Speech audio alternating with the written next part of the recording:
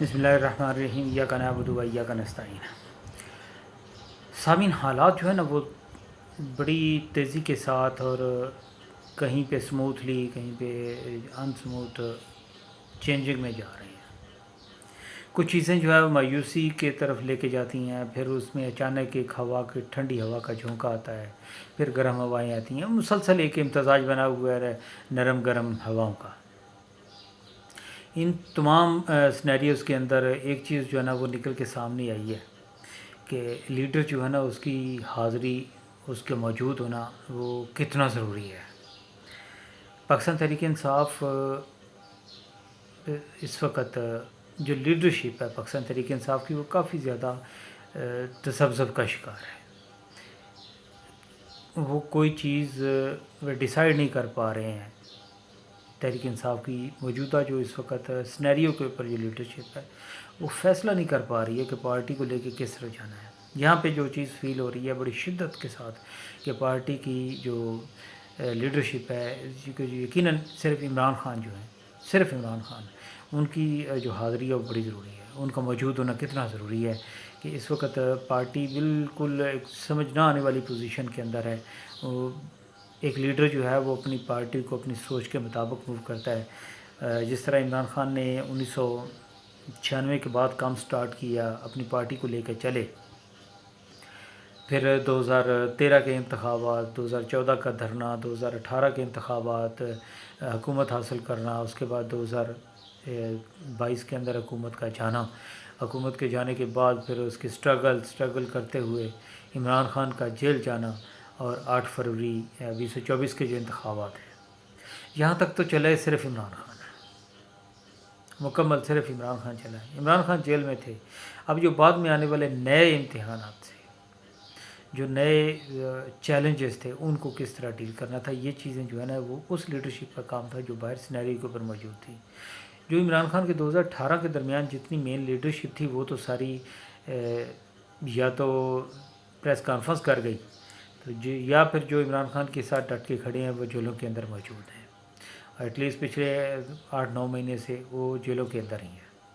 پیچھے جو اگلی لیڈرشپ آئی ہے، اب وہ معاملات کو اپنے حساب سے ٹیکل کرنے کی کوشش کر رہے ہیں، لیکن وہ ٹیکلنگ ہو نہیں پا رہی ان سے، کیونکہ 8 فروری کا الیکشن پاکستان تحریک انصاف نے سویپ کیا ہے۔ ڈیفینیٹلی ابھی تو مسلم لیگ نون کے اپنے بندے جو ہے نا وہ کہنا شروع ہو گئے ہیں کہ پی ٹی آئی جو ہے وہ اس نے کلین سویپ کیا تھا۔ اب کلین سویپ کرنے کے بعد جو اس کو رزلٹ کو بدلا گیا، مینیج کیا گیا، پاکستان تحریک انصاف کی ایک بہت بڑی فتح کو شکست میں تبدیل کیا گیا۔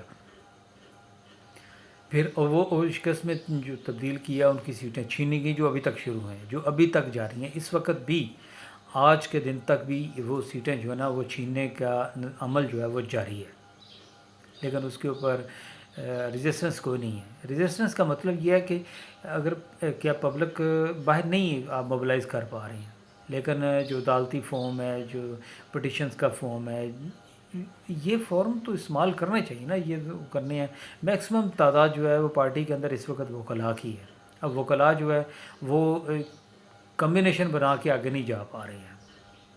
اب وہ کمبینیشن، اس کی وجہ یہ ہے کہ ان تمام کی جتنی ڈائریکشنز ہیں، جو سوچنے کا انداز ہے، سب کے ایک جیسی ہیں، اور تمام ایک دوسرے کو، میرا خیال ہے جو میری نظر میں ہے، جو مجھے نظر آ رہا ہے کہ اپنے خیالات کو ایک دوسرے کے اوپر امپوز کرنے کی کوشش کرتی ہیں۔ ایک یونانیمسلی کوئی بھی خیال ہے، یونانیمسلی ڈائریکشن ہے، وہ کوئی بھی نہیں لے پا رہا ہے۔ اس کی وجہ کیا ہے کہ اس وقت پاکستان تحریک انصاف کا جو ورکر ہے نا وہ بھی ڈیمورلائز ہو رہا ہے۔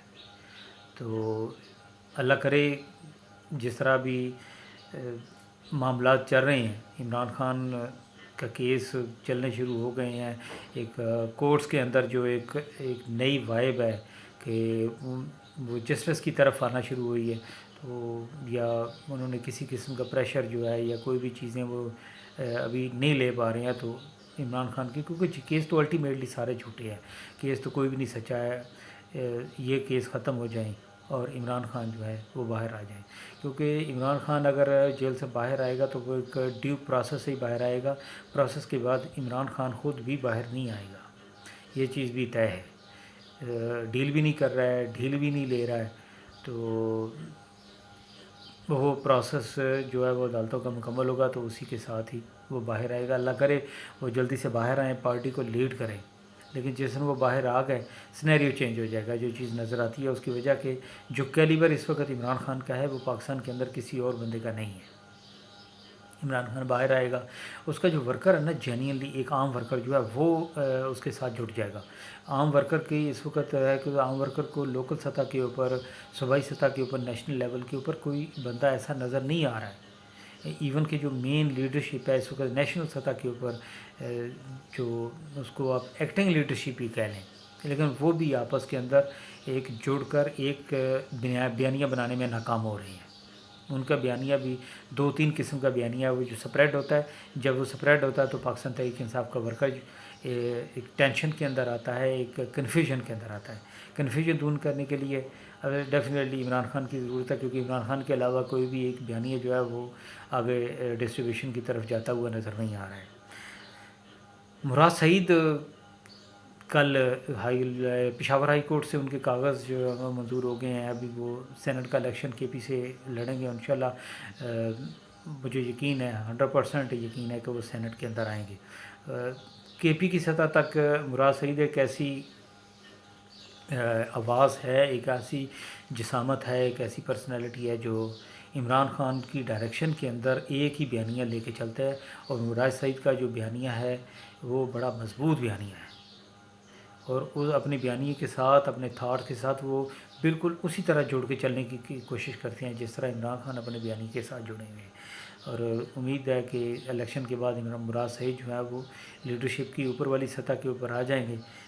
اس سے پہلے کہ عمران خان آئے تو مراد سعید کی امید ہے کہ پارٹی کی جو لیڈرشپ ہے اس کو کنٹرول کریں گے اور عمران خان کی بیانیے کو لے کے آگے چلیں گے. اسلام آباد ہائی کورٹ میں جی سائفر کا کیس چل رہا ہے. جو کل کی جو پوزیشن تھی تو ایک اور چیز نظر آ رہی ہے کہ جس کیس کے اوپر, جس چیز کے اوپر سزا دی گئی ہے عمران خان کو, وہ بیسیکلی اس وقت موجودہ سینیریو میں ایگزسٹ ہی نہیں کرتی ہے. جی سائفر جو ہے ابھی موجود نہیں ہے. پراسیکیوٹر جو ہیں وہ ایف آئی اے کے, وہ دیکھیں آنے والی ہیئرنگ کے اندر وہ کیا جواب دیتے ہیں. 12 ججز کے جواب جو ہیں, جو سوالات کے جواب ہیں, پراسیکیوٹر کے لیے کافی زیادہ مشکلات کا باعث بن رہے ہیں. سائفر آیا, سائفر کو پھر ڈونلڈ لو کی جو بات ہے, اس نے سائفر کو تو ڈینائی نہیں کیا. اس نے کہا سائفر کی چیزیں جو ہیں ان کو اس نے ڈینائی کیا ہے کہ جی یہ ہیں. اور میرا خیال ہے کہ وہ چیزیں جو ہیں وہ عمران خان نے بھی نہیں بتائی ہیں جو سائفر کے اندر تھیں. عمران خان نے ایک اوور لوپ دیا ہے, اوور ویو دیا تھا کہ سائفر آیا ہے, اس کا یہ لب لباب ہے. اس کا جو ڈائریکشن ہے سائفر کی وہ عمران خان نے بتائی ہے. عمران خان نے سائفر کے الفاظ نہیں بتائے, اور ڈونلڈ لو بھی یہی بات کر رہا ہے. اگر اس کو سوچا جائے, دیکھا جائے, اس کو سمجھا جائے کہ ڈونلڈ لو یہی بات کر رہا ہے کہ جو چیزیں عمران خان نے بتائی ہیں وہ نہیں ہیں, جو لکھی ہوئی ہیں وہ ڈونلڈ لو بھی نہیں بتا رہا کہ اس نے اب ہمارے ایمبیسڈر کو کیا کہا ہے, پاکستان کے ایمبیسڈر کو. یہ چیز وہ بھی نہیں بتا رہا ہے. آنے والے دنوں کی کانگریس کی چیزیں بھی سامنے آئیں گی اور وہ بھی پتہ چل جائے گا کہ سائفر میں اس نے کیا کہا ہے, اور پھر سائفر کی حقیقت جو ہے وہ سامنے آئے گی. اور جو ایک انجینئرنگ ہے, دوسرے معاملات کے اندر اپنا ہولڈ ہے, اپنی باتوں کو منوانے کا جو نظام ہے بڑی عالمی طاقتوں کا, وہ بھی ایکسپوز ہو جائے گا. اور سائفر کیا کیس نظر آ رہا ہے کہ بھی آئندہ آنے والی 1-2 ہیرنگ کے اندر وہ ختم ہونے کی طرف جا رہا ہے. تو ماضی کا باغی جاوید ہاشمی جی جگنو موسن کے پروگرام میں آیا. اب دیکھیں کہ جگنو موسن کا, آپ اس کو اگر پروگرام کی طرف جا کے دیکھیں, جگنو موسن کیسے کیسے سوالات جاوید ہاشمی سے کر رہے ہیں. اب یہ اس کی کلیئرلی نظر آ رہا ہے کوئی پروفیشنلزم سے وہ کویسچن نہیں کر رہی تھی. وہ کویسچن یہ کر رہی تھی کہ عمران خان جو ہے نا وہ 100%لی اسٹیبلشمنٹ کے ذریعے 2018 میں آیا تھا. وہ ثابت کرنے کی کوشش کر رہی. اس نے ثابت کرنے کی کوشش کی, جاوید ہاشمی کو فورس کیا کہ جاوید ہاشمی اس بات کو مان لیں, ایکسیپٹ کر لیں کہ اسٹیبلشمنٹ نے جاوید ہاشمی کو کہا ہے کہ آپ پی ٹی آئی کو جوائن کریں. اب دیکھیں ایک چیز ہے کہ مشرف کے دور میں ایک بندہ جس کو سزائے موت بھی ہو گئی ہے, اور اس کی لڑائی صرف اس کی جو سیاست کا منبع ہے اینٹی اسٹیبلشمنٹ ہے, وہ بندہ اسٹیبلشمنٹ کے کہنے کے اوپر پی ٹی آئی کو جوائن کرے گا. اور یہ بات اس نے کہی ان کے جگنو موسن کے سامنے کہ میں اور اسٹیبلشمنٹ ایک پیج پر، یہ کس طرح ممکن ہے؟ اور واقعی یہ ممکن نہیں ہے. جاوید ہاشمی کی سوچ، اس کا کردار، اس کے ڈائریکشنز، وہ ڈیموکریٹکس والے ہیں. وہ جو کچھ بھی کہتے ہیں وہ کہہ رہے ہیں کہ آپ جو سیاستدان ہیں وہ کریں، وہ غلط کریں کوئی نہیں، سیاستدان کریں.